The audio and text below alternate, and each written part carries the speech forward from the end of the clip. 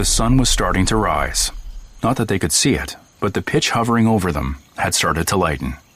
Natalie picked up her flashlight and walked over to her sleeping bag. The coffee had Austin more alert now, but the ringing in his ears was getting louder, not softer. By the time she was 10 feet away from him, he couldn't even hear her footsteps. Hey! However, he did hear that. The glow of her flashlight jumped into the air. Then it too was snuffed out. Austin jumped to his feet. Nat! He ran to her sleeping bag. It was still there, along with her pack. But Natalie was gone.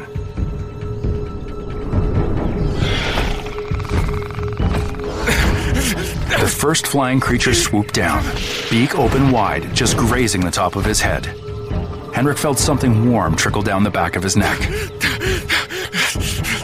His numb hand flopped about his head, seeking the source of the wound. He couldn't feel a damn thing, but he could very well see the blood on his fingertips. Move, you fool!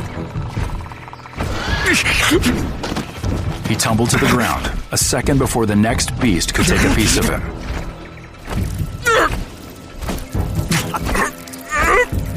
A speck of dirt kicked up by the creature's wings got in his right eye, blinding him.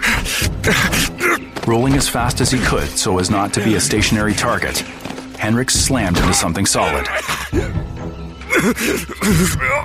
With one eye, he looked up and saw the crumbling stone wall. He was, in fact, in the remains of what was once a perfectly square structure. All that was left was the uneven stone floor and the remnants of two walls. Unfortunately, there was no cover from above, so he was fair game for the... What on earth were they? They looked like pterodactyls in terms of the shape of their bodies, wings and heads, but they were covered in plumage that was a riot of pastel colors. He likened them to dinosaur piñatas at a child's birthday party, although he doubted they were loaded with candy.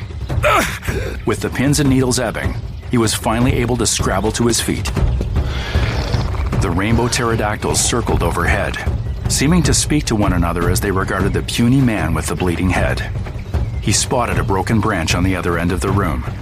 The moment he made for the branch, one of the creatures broke from its flight path and dove for him.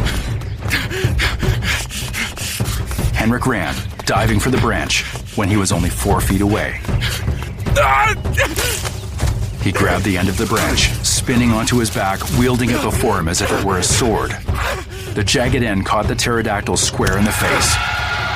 It squawked in surprise, veering away and taking once again to the sky. Henrik got back on his feet. There was no sense standing around waiting for the next attack.